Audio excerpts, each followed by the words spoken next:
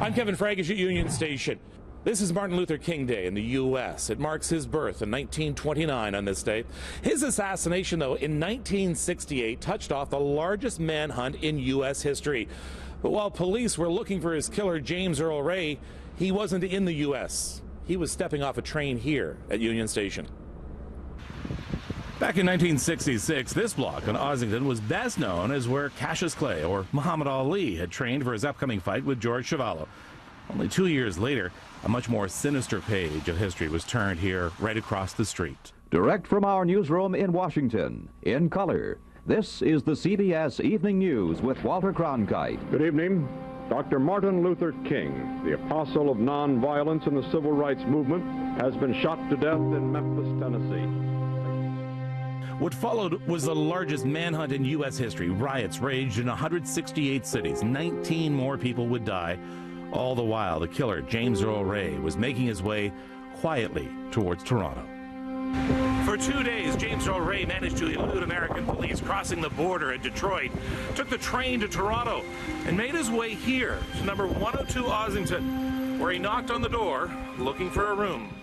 He was wearing a suit, told the landlady his name was Paul Bridgman, worked in real estate.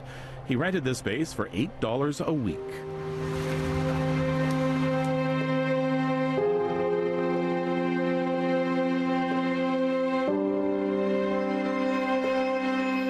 The couple that own this home now didn't know of its notorious past until just late last week.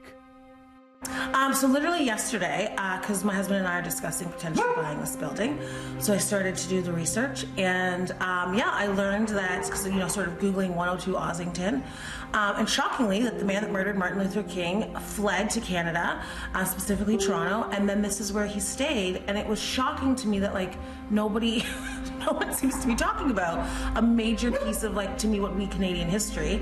These walls have some pretty interesting energy. These are all I'm assuming the original brick walls. So the conversations that if these walls could talk. He would live here only for a short time, but long enough to become a regular at this bakery down the street. And the Drake was his watering hole. The last he would be seen in Toronto was in the company of a mysterious red-haired woman right here behind Toronto's new City Hall. He got what he came for, a fake Canadian passport. His plan? To flee to Rhodesia. But en route, he was finally captured 2 months later at London's Heathrow Airport, trying to get on board a plane with a pistol. Ray actually stayed at a few other addresses in Toronto before heading off to London. Now, following his arrest, the government of Canada made it much more difficult for criminals just to come here to pick up a passport. I'm Kevin Frankish at Union Station for City News.